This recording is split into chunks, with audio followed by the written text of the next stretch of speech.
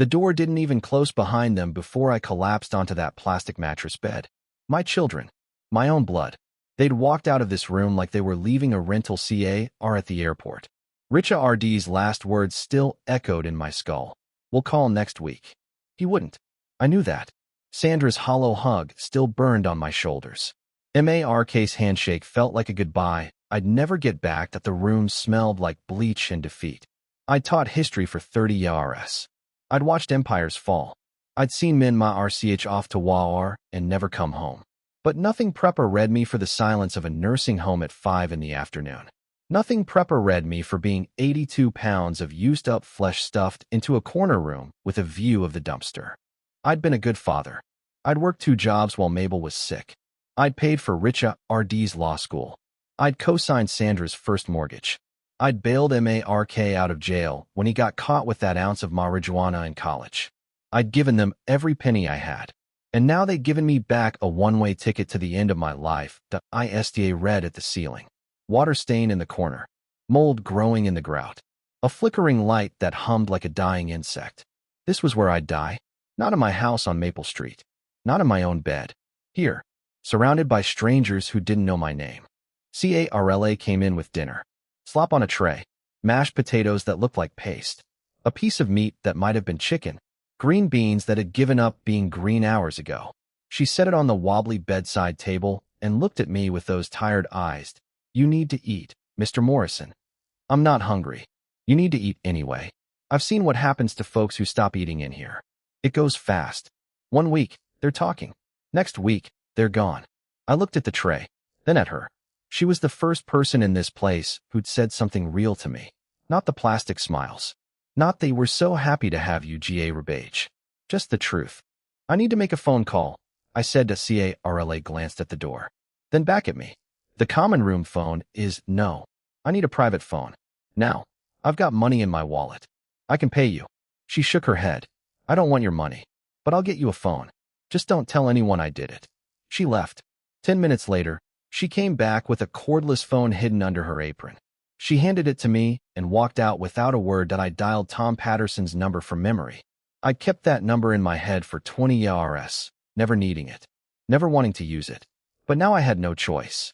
The phone rang once, twice, then his voice, deep and steady. "Morrison, is that you, Tom? I need your help." "Where are you?" "Sunnyside Living Center. The kids put me here. Forced me." A pause. I could hear him breathing. Then, "I'll be there this afternoon. Don't sign anything. Don't agree to anything." "I'm not agreeing to anything." "Good. And Henry?" "Yeah, everything's ready. I've been waiting for this call for 30 years." He hung up. I sat there holding the phone, feeling like the ground under my feet had just shifted. 30 years. He'd been sitting on something for 30 years. Something he'd been waiting to tell me. Something my father had left behind. Tom arrived at 2 in the afternoon. He didn't come alone. A man in a suit followed him with a briefcase and a face that said, "I've seen this 1,000 times." They signed me out. No questions. No arguments. Carla just watched from the front desk and gave me the smallest nod. The kind that said, "Go. Don't come back." We drove to Ruby's Diner. The same booth by the window. The same cracked vinyl seats. The same waitress who called everyone Han. Tom ordered coffee for both of us and then folded his hands on the table. "Henry, I need you to listen fully." "I'm listening." "Your father's estate was finally settled last month. I know you thought he was just a FA remitter with a few cows and a piece of land. But that land was sitting on something. A natural gas reserve. Your father never knew. Neither did you. The development company found it 20 years ago, and they've been paying royalties ever since." I blinked. Royalties, the money went into a trust. Your father's trust. It's been accruing interest, dividends, investments. I've been managing it quietly for 3 decades. I told you the estate was complicated because I needed time to make sure the legal framework was airtight. And I needed to make sure you were ready. Ready for what? Tom leaned 4-way road. His voice dropped lower. "Henry, you're not a broke old man in a nursing home. You're a billionaire. 1.3 billion. Give or take. It's all yours. Clean. No strings attached." I laughed. It came out like a cough. "That's not funny, Tom. I'm not joking. The money's sitting in accounts that are legally yours. I've got the paperwork in the briefcase. You can walk out of here and spend the rest of your life in absolute comfort. ISTA read at him. At the briefcase. At the rain streaming down the window. Nothing felt real. The eggs I'd eaten this morning churned in my stomach. The coffee in my hand was cold again. Why didn't you tell me before? Because I had to be sure, Tom said. The litigation was complex. The family that sold the land originally had a claim. I had to fight it. It took years. And there was another reason. What? He looked at me for a long moment. I needed to see what your children would do. I've been watching them for years, Henry. The way they treated you. The way they kept their distance. I had a feeling they'd show their true colors eventually. And they did. The moment they thought you were a burden, they threw you away. I thought about that. About Richard's suit. Sandra's handbag. Mark's silence. About how none of them had asked me what I wanted.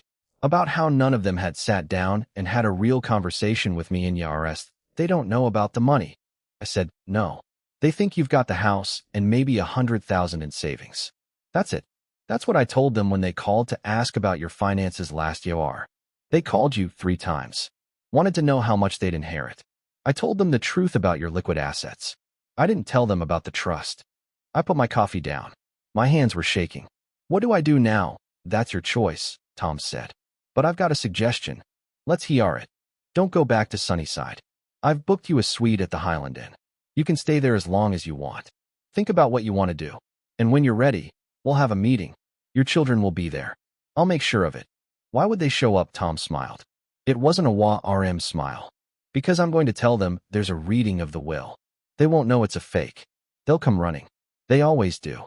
3 days at the Highland and changed something in me.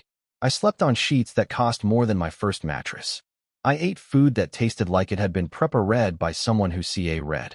I looked out my window at the river and watched the sun set, and felt something I hadn't felt in years. Hope. But not just hope. Something harder. Something sharper. The anger was still there, but it wasn't burning anymore. It had led into a blade. I wasn't going to use it to hurt my children. I was going to use it to teach them. Tom came to my suite on the 3rd day. He had Leona Road Foster with him, the lawyer with the sliding glasses. They laid out papers on my coffee table. Trust documents. Transfer forms. A newly drafted will. Read it, Tom said. Take your time. I read it. Every page. Every clause. When I got to the end, I looked up at Tom. This is what you think I should do. I think it's what you need to do, he said. For yourself. Not for them. For you. I nodded. Then I signed. At the conference room at Sunnyside was small. A table with 6 chairs. White walls. Fluorescent lights that buzzed like the ones in my room. My children sat on one side. I sat on the other, with Tom on my right and Leona Road on my left. Richard Road couldn't stop fidgeting. Sandra kept touching her necklace. Marksta read at the table like it held all the answers to the universe. Thank you for coming, Tom began. We're here because Henry has asked me to read his final wishes. Final wishes, Sandra's voice cracked. Dad, you're not dying. Everyone's dying, I said quietly. Just at different speeds. Richard leaned 4-way road. What's this about, Tom? Why all this secrecy? Tom ignored him. He pulled out a document and began reading. The legal language was thick, but the meaning was clear. Everything I owned, the house on Maple Street, the retirement accounts, the savings bonds, the investments, was being distributed. But the numbers Tom read weren't the numbers my children expected. They weren't numbers at all. They were nothing. Small amounts. Token amounts. Enough to pay for a funeral. Nothing else. Richard's face went pale. That can't be right. There must be a mistake. No mistake, Tom said, but we were told, Sandra Esterut. You were told what I told you to be told, Tom said flatly. The truth is, your father's assets were exhausted years ago. He's been living on Social Security and a small pension. There's nothing left. Mark finally looked up. His eyes were red. That's it, that's all, that's all. I said. The silence in the room was deafening. I watched my children process what they'd just wrote. The house. The savings. The inheritance they'd been planning to fight over. It was gone. Vanished. A mirage that had evaporated in the desert. You mean we went through all this? Richard Road said slowly. And there's nothing, not nothing, I said. You've got each other. Isn't that enough? Sandra laughed. It was a bitter, ugly sound. Each other. Dad, you've got to be kidding. We gave up our weekends for this. Richard Road canceled a business trip. Mark missed his daughter's soccer game. We did everything you asked, and this is what we get. You gave up your weekends, I repeated. I gave up my house. I gave up my freedom. I gave up my dignity. And you're complaining about a soccer game. Rd stood up. His chair scraped against the floor. You've been lying to us. All these years. You've been hiding this. Making us think you had money. Manipulating us. Manipulating you. I stood up too. My legs were shaking, but I held my ground. You put me in a nursing home without my consent. You forged my signature. You treated me like a problem you needed to get rid of. And now you're standing here, in front of me, complaining that I didn't leave you enough money. Mark stood up next. We just wanted to make sure you were safe. That's all. Safe, I said. You wanted me safe. So safe that you never visited. So safe that you never called. So safe that you stopped coming to Christmas dinners 3 years ago and didn't even say why. Sandra's face was harrowed. We had our own families. Our own responsibilities. Your responsibilities, I said, were to me. I raised you. I fed you. I put clothes on your backs and roofs over your heads. When you were sick, I stayed up all night. When you were SCA red, I held your hands. When you made mistakes, I forgave you. Over and over again. And the moment I became inconvenient, you threw me away. Rd's hands were balled into fists. So that's it. You brought us here to humiliate us. No, I brought you here to show you what you've lost. Tom Clea read his throat. Gentlemen, ladies, I think we're done here. No, we're not done, Richard snapped. There's got to be something else. A trust. An insurance policy. Something you're not telling us. Tom looked at me. I nodded. Actually, Tom said, there is something else. But it's not what you think. He pulled out a second document. A real one. The one I'd signed 3 days ago. He read it aloud, his voice steady and cold. To my 3 children, Richard, Sandra, and Mark Morrison, I leave the sum of $1 each. That is all. The remainder of my estate, including all trusts, investments, and real property, shall be donated to the Hanks Haven Animal Rescue Foundation in perpetuity. Richard's face went from red to white. What? Furthermore, Tom continued, the property known as the Morrison family home on Maple Street shall be transferred to 1 Ca Jennings, a nurse at Sunnyside Living Center, in recognition of her kindness and professionalism during my brief stay at that facility. Sandra gasped. Who is Carla Jennings? The only person who treated me like a human being, I said. The only person who showed me a single moment of compassion without asking for anything in return. Mark finally broke. Tears were streaming down his face. Dad, we didn't mean to. You meant exactly what you did, I said. And now you get to live with it. I turned to Tom. I'm done here. Let's go. We walked out of Sunnyside together. Tom, Leona Road, and me. None of my children followed. None of them said another word. I didn't look back. I didn't need to. Carla was at the front desk when we passed. I stopped. Mr. Morrison, she looked confused. Check your mail, I said. Something's coming for you. She shook her head. I don't understand. You will. Tom took my ARM, and we walked out into the rain. It was still coming down, but I didn't mind. For the first time in a long time, I was exactly where I was supposed to be. I was born in 1948 in a 2-room FA-room house with no running water and a roof that leaked every spring. My father was a man of few words and fewer smiles. My mother was the one who taught me how to read, using the Bible and the CRS catalog by lamplight. She said I had a gift for remembering things. That gift would carry me to college on a Cholet ship, then to a teaching job, then to Mabel.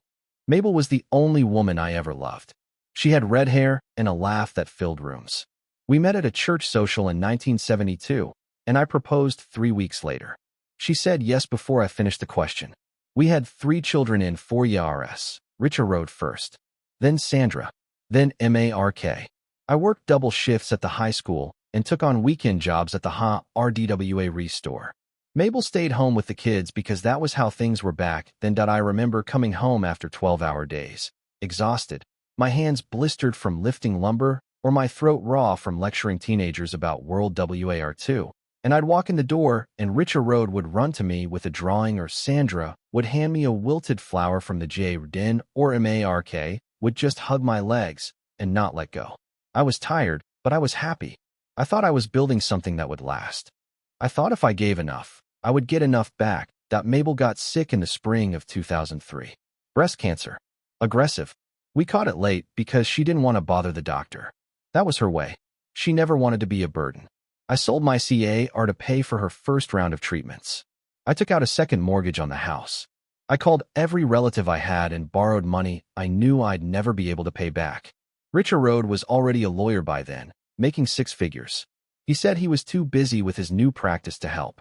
Sandra was my ride to a dentist and living in a 4-bedroom house. She said her husband's office was struggling and they couldn't spa-re anything.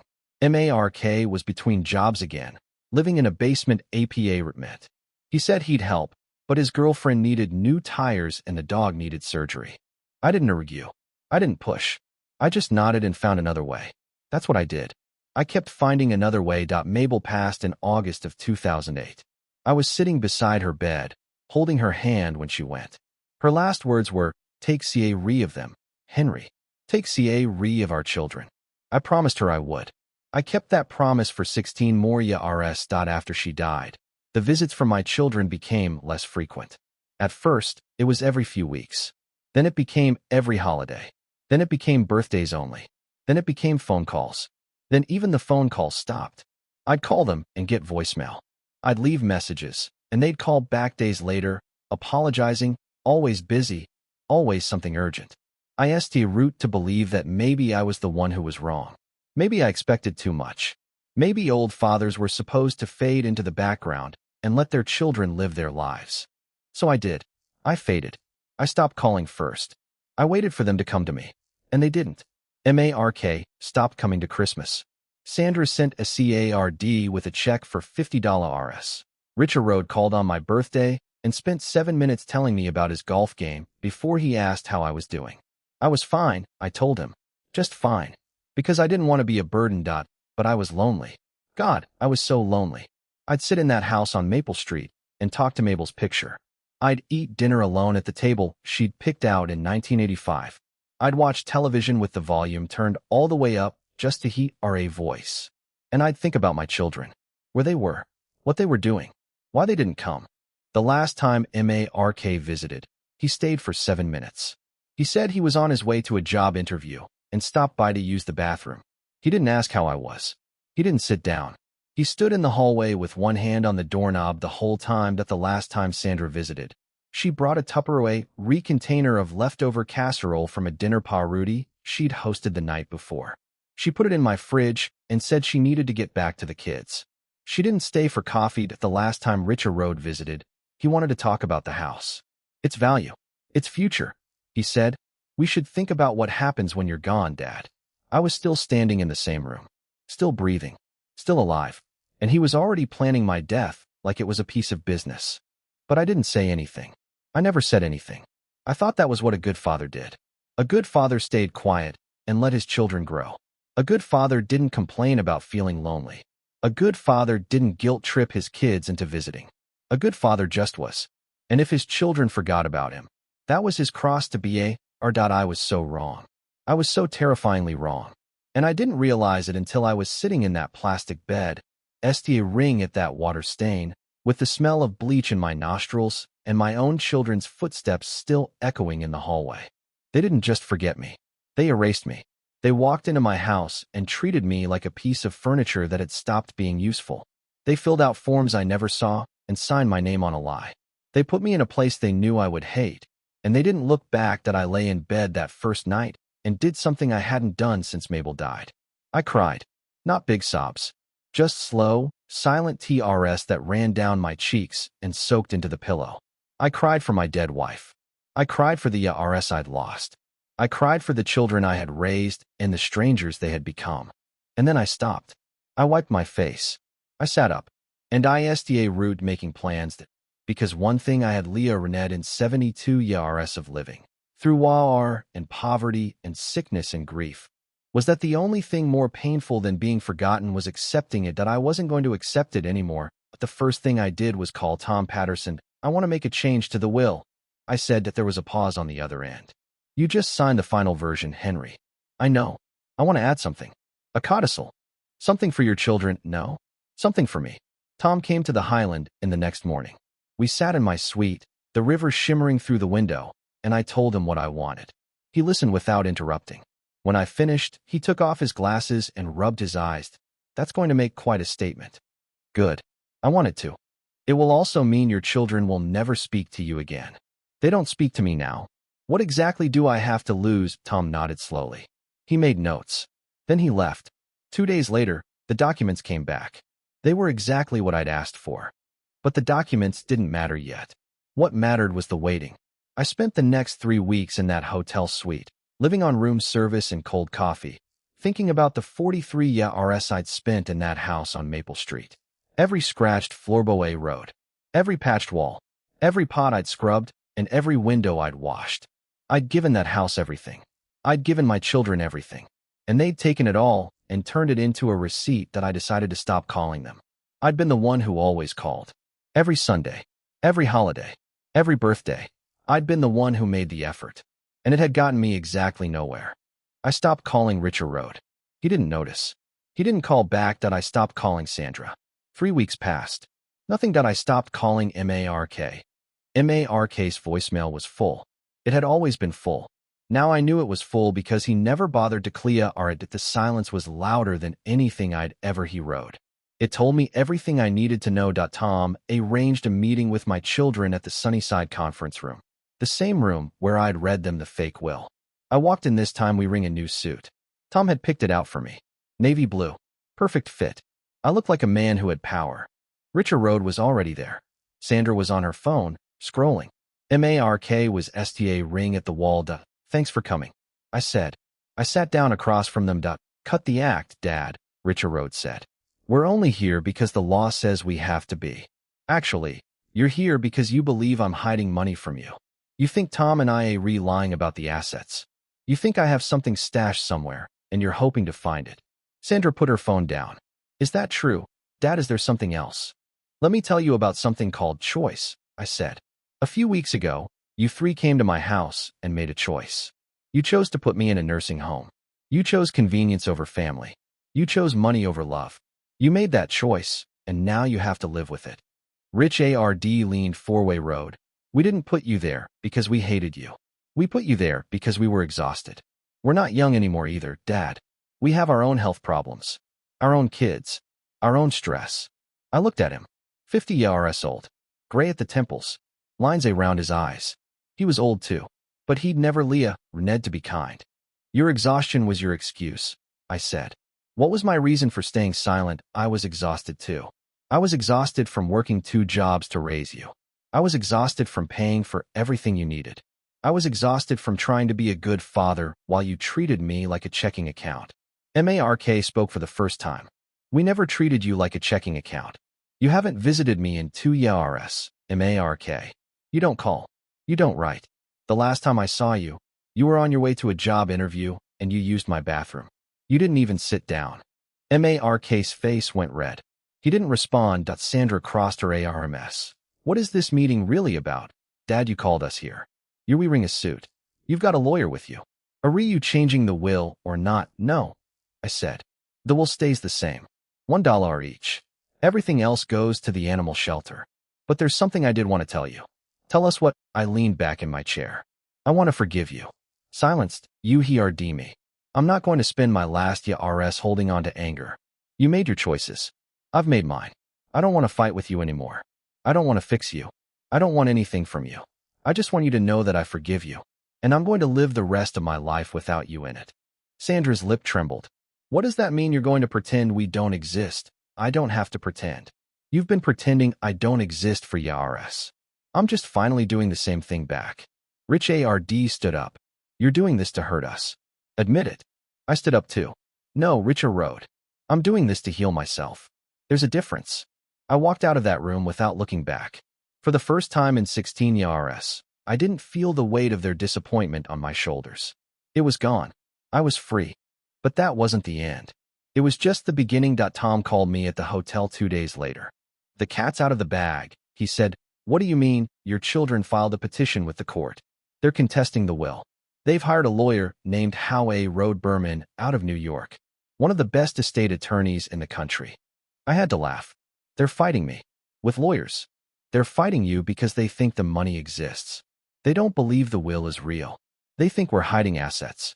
Howe Road Berman is going to make a case that you were mentally incompetent when you signed everything. I saw a doctor. I passed an exam. My memory is clear. I'm not incompetent. They'll say you were manipulated. That Tom took advantage of you. That the facility you were staying in was Substande Road. They'll throw everything at the wall and see what sticks. I thought about that for a moment. Then I smiled. Let them try. You're not worried, Tom. They already forced me into a nursing home without my consent. They forged my signature. They put me in a room with a view of the dumpster. And now they're going to argue that I'm too crazy to know what I'm doing with my own money. It's a common legal strategy. It happens all the time. Then I want you to do something for me. Name it. Pay for the best mental health expert you can find. A geriatric psychiatrist. Someone with credentials that can't be questioned. I'm going to prove to that court that I'm more competent than anyone in that room. Tom paused. That's going to be expensive. Good thing I can afford it. The court hearing was scheduled for the 3rd week of May. I spent the weeks before preparing. I walked every morning along the river, practicing my answers, reviewing every detail of my life. I memorized the dates of my father's estate, the discovery of the gas reserve, the 30 years of legal battles. I knew more about my own money than my children ever had. Tom brought in Dr. Eleanor Vance, a geriatric psychiatrist from Stanford. She spent 2 days with me. She asked me questions about my childhood, about Mabel, about my teaching CA Rear. She gave me memory tests. She tested my reasoning. She checked my understanding of financial decisions. When she was done, she looked at Tom and said, "This man's cognitive abilities are well above average for his age. There's no evidence of impairment. No dementia. No decline. He knows exactly what he's doing." I asked her to write it down. She did. The night before the hearing, I couldn't sleep. I lay in my hotel bed, STA ring at the ceiling, and thought about all the things I should have said to my children but never did. I'd spent my whole life swallowing my words, swallowing my feelings, swallowing my pride. Now I was going to stand up in a room full of strangers and say everything I'd kept bottled up for decades. That I was terrified. But I was ready. The courtroom was small. A judge in robes sat at the front. My children sat at one table with Howe Road Berman. I sat at the other table with Tom and Dr. Vance. The gallery was NEARLY empty. Just a court reporter and a handful of clerks. Richer Road was wearing a suit worth more than my first CAR. Sandra was dressed like she was going to a funeral. Mark looked like he wanted to sap into the floor. At Howe R.D. Berman stood up first. He was tall, thin, with a voice like gravel. "Your Honor, we're here to challenge the codicil to the will. My clients believe that Henry Morrison was under duress and suffering from diminished mental capacity when the document was signed."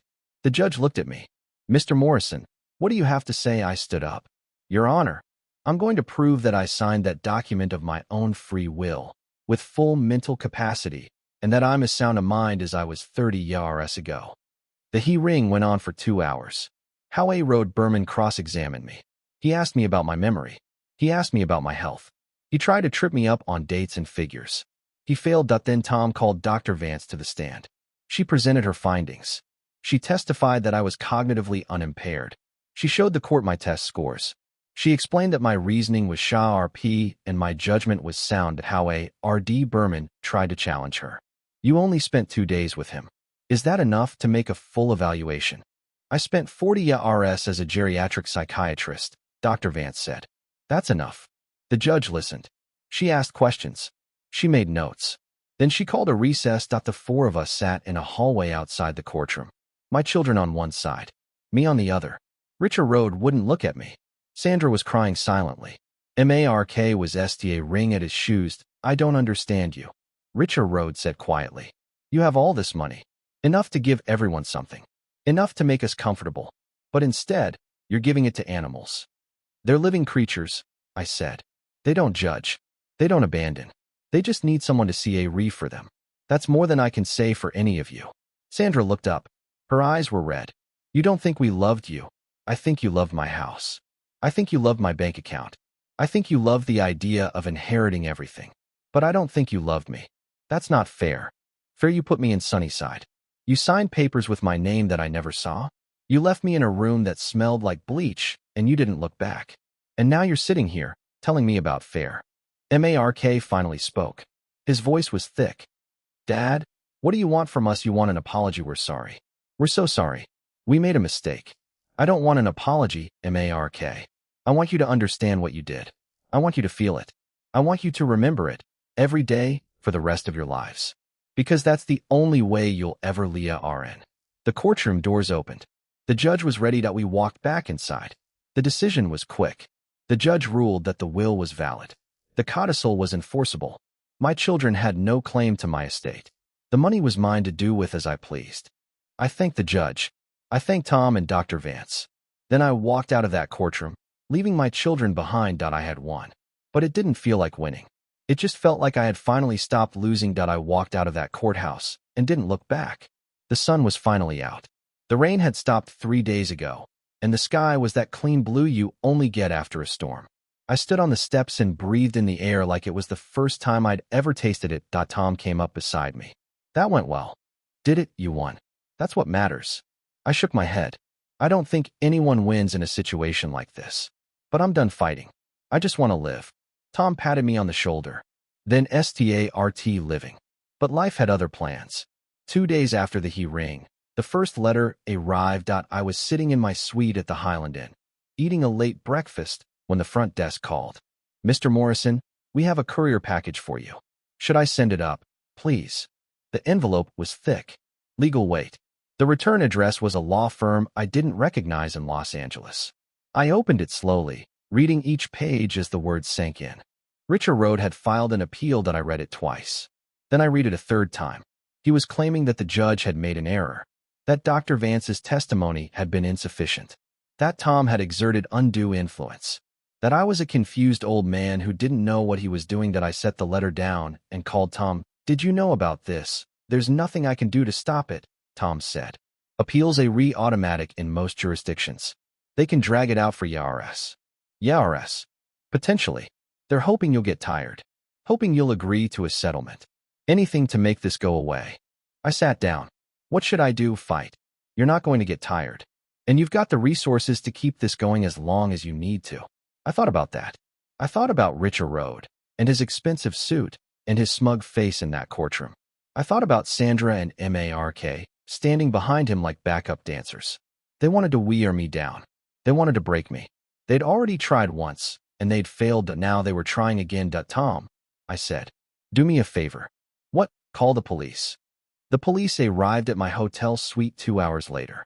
2 detectives, a man and a woman. They looked like they'd seen everything and weren't surprised by anything. The woman introduced herself as Detective S.A. Ra Mills. The man was Detective Paul Torres. We understand you want to file a complaint, Mr. Morrison, Mills said. I want to press charges, I said. My children forged my signature on admission papers to a nursing home. They removed me from my house without my consent. They imprisoned me against my will. That's false imprisonment. That's elder abuse. And I have the documents to prove it. Torres raised an eyebrow. You have proof. I handed him the folder. The Sunnyside admission forms. The forged signature. The copies of the checks they'd written for the deposit. Tom had dug up everything.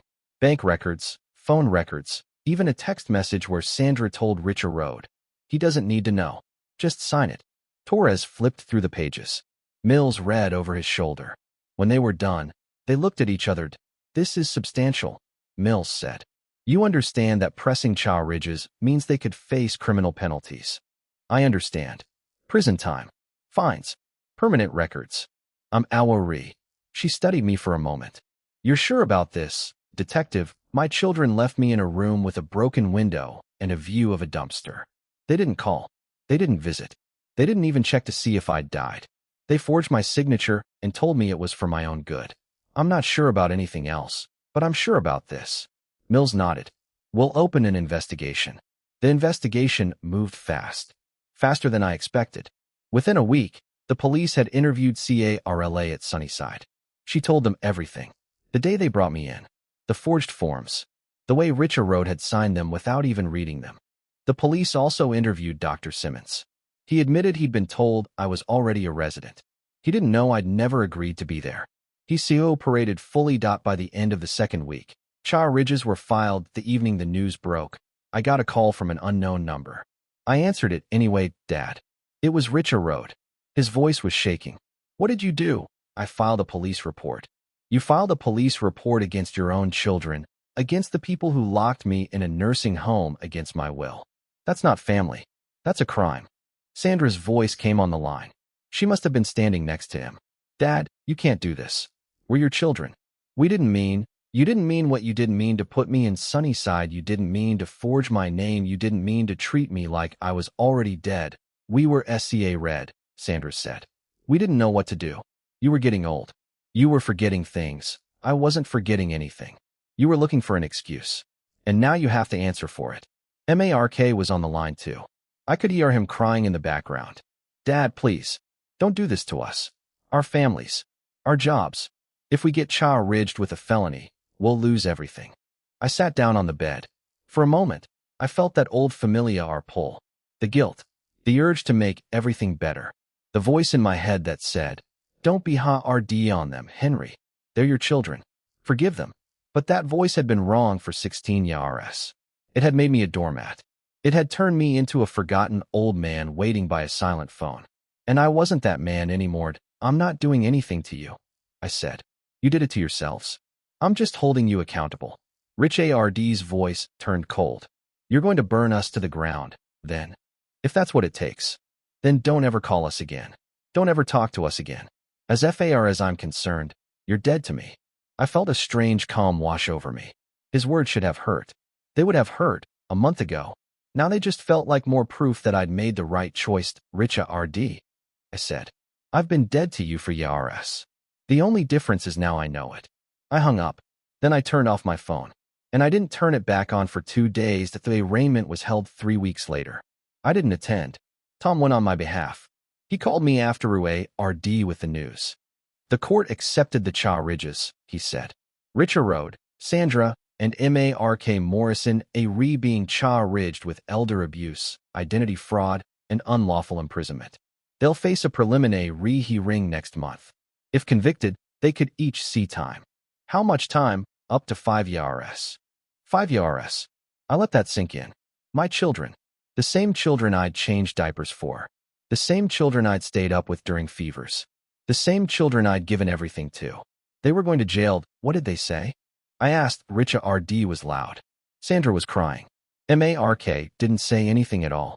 Their lawyer tried to argue that this was a family matter, not a criminal one. The judge didn't agree. Good. Henry, Tom paused. You could still drop the charges. If you wanted to. I know. You're not going to. No. I'm not. Tom sighed. It was a heavy sound. You've changed, Henry. 2 months ago, I was a helpless old man in a plastic bed. Now I'm a billionaire who just put his own children in jail. What do you call that? Justice, I think. I shook my head. I don't know what I call it. But I'm going to live with it. And so are they. The case hit the local news. Then the regional news. Then the national news. By the time the preliminary hearing came around, every outlet in the country was covering it. Billionaire father sues greedy children. Elder abuse scandal rocks wealthy family. Greed kids go to FAR. I watched the coverage from my hotel room. They showed footage of Richard Road walking into the courthouse, his head down, his lawyers shielding him from the cameras. Sandra looked pale and broken. Mark looked like he'd aged 10 years in a month. The public reaction was swift. People were outraged. Social media lit up with comments. Most of them were on my side. Good for him. They got what they deserved. He's not a victim. He's a survivor. But there were some who disagreed. Family is everything.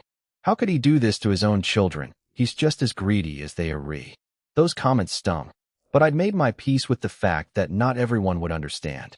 And that was okay. The preliminary hearing lasted 2 days. The prosecution presented their case. The defense tried to argue that I was mentally unstable, that the children were acting in my best interest, that they'd made a terrible mistake, but they didn't mean any harm. The judge listened. Then she made her decision. The evidence is clear, she said. The forged signatures, the admission forms, the lack of consent. The defendants acted with clear disregard for their father's well-being. There will be a trial. Richard's face went white. Sandra broke down in tears. Mark just sat there, ring at nothing. I was told all of this by Tom. I wasn't there. I couldn't bring myself to watch them fall. But I didn't stop the process. I didn't drop the charges. I let justice take its course. 3 months after that day in the courtroom, I got a letter from Richard Road. It was handwritten, 3 pages long. I almost didn't read it. But something made me open it, the letter sta root with apologies. He said he was sorry. He said he knew he had failed me. He said he didn't expect forgiveness. He said he was SCA red. He said he was humiliated. He said he was losing everything. I read the whole thing. And when I was done, I felt a strange ache in my chest. Not guilt. Not anger. Something else. Something that felt like grief. I called Tom. Richa RD sent me a letter. I said, "How are you feeling? Honestly, I don't know." "Henry, you're not obligated to respond." "I know. But I want to." I wrote a reply that night. It was short. 2 sentences. "I received your letter. I hope you understand what you did." That's all. I sent it. And I never heard back from him again. The trial ended in a verdict. Guilty. All 3 of them. The judge sentenced each of them to 3 years in state prison, suspended pending community service and restitution. They were ordered to pay a fine and complete 500 hours of elder CA rework. They couldn't go NEA me for a period of 5 years. I didn't celebrate. I didn't cry. I just sat in my room and watched the river flow by, and I thought about Mabel, about her last words. Take CA of them, Henry. I'd taken CA of them. I'd given them everything, and they'd thrown it away. Not because they were evil, but because they never learned to be grateful. And that was the lesson I taught them at the end.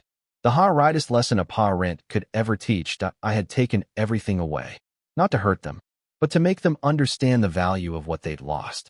That money was never the important thing. The important thing was me, their father, the one who had raised them, fed them, loved them, the one who had sat by their beds at night and held their hands, the one who had given them a future. And they'd traded all of that for a check that didn't even exist. Now they were paying for it, not with YRS in a cell, but with the weight of knowing that their father had chosen forgiveness without forgetting, knowing that he'd used his wealth to send a message that would outlast their shame, outlast their fines, outlast everything. The money was finally doing something that mattered. It wasn't making anyone rich. It was making everyone honest,